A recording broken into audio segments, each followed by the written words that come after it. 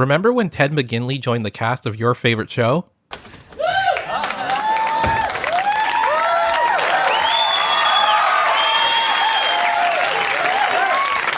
Let's go back. Tamagotchi, Of Y2K.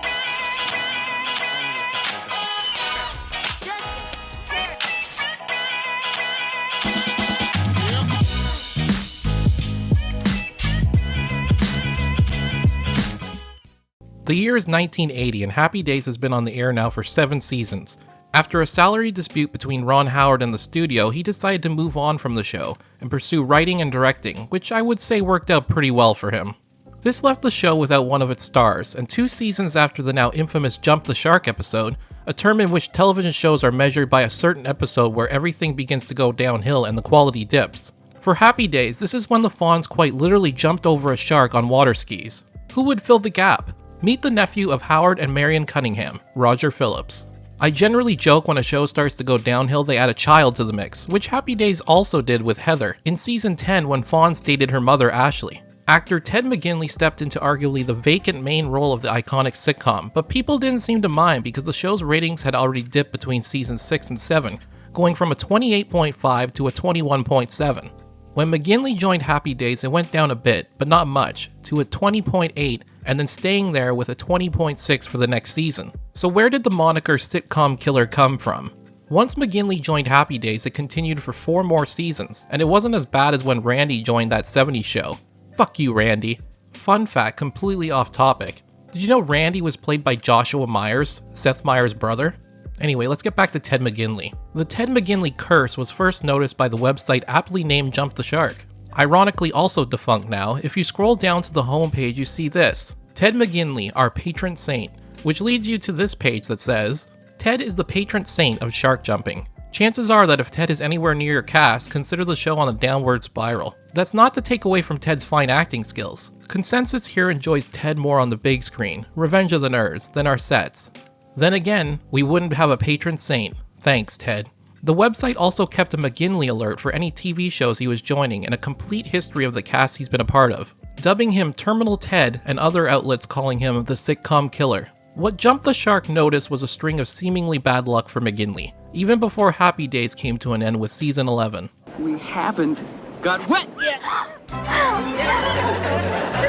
The Love Boat first set sail on television in 1977 and introduced America to the Pacific Princess and its lovable crew and quickly became a hit, tying Three's Company that year for Favorite New TV Comedy Program at the People's Choice Awards. The series focused on different love stories taking place on the ship every week. The romantic travelers were generally played by famous guest stars. In Love Boat's 7th season, a new but familiar face to American television joined the cast in the form of the cruise ship's photographer, Ashley Ace Evans, who was always getting involved in romantic escapades. And he rocked some pretty sweet blonde hair. He officially joined as a series regular in season 8, in which you could argue the ship was beginning to take on water. Between season 1 and 7, the Love Boat held an average rating of just over 20.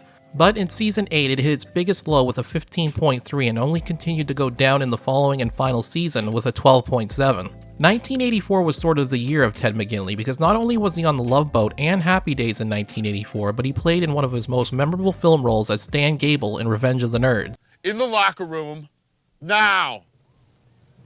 Yes, sir. Okay, so it's 1986, and if The Love Boat were the Titanic, we're about at the point where Rose lets Jack slip under the icy water.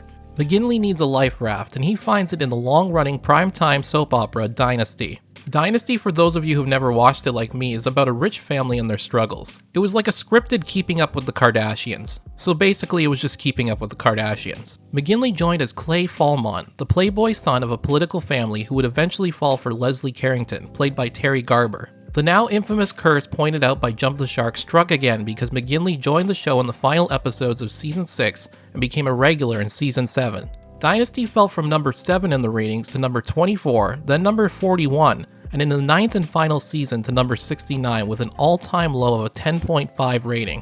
When 1989 came around, McGinley seemingly broke the curse by appearing in Married with Children as a guest spot for season 4. He would then join the cast officially in season 5, where he would ride that all the way through season 11. He played Jefferson Darcy, Marcy's second husband and next-door neighbors to the Bundy family. Self-centered and lazy, he was sort of the counterpart to Peggy in the series. This was the first snag in Jump the Shark's curse theory. The show's ratings stayed around the same when he joined and only fizzled out near the end of the series' run. So that's it, right? Curse broken. He did it. Surely we will never have to hear about this curse theory again, and we can...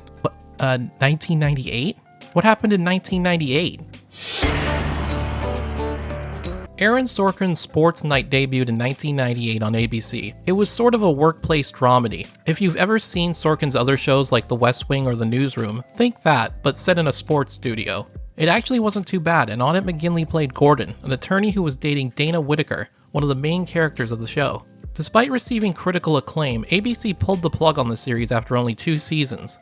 Back to ABC in 2003, McGinley played Charlie, Faith Ford's husband on Hope and Faith, a show I remember watching when it was on. Was it any good?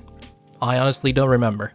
Kelly Ripa plays Faith, who is killed off on her soap opera and decides to move to the suburbs with her sister Hope, who is the complete opposite of her, and comedy ensues. To this day, I still don't know why they had Faith Ford named Hope and Kelly Ripa named Faith. It seems like an obvious switch of the names, but whatever. The show lasted longer than Sports Night, but ABC once again pulled the plug after only 3 seasons. But that wasn't all.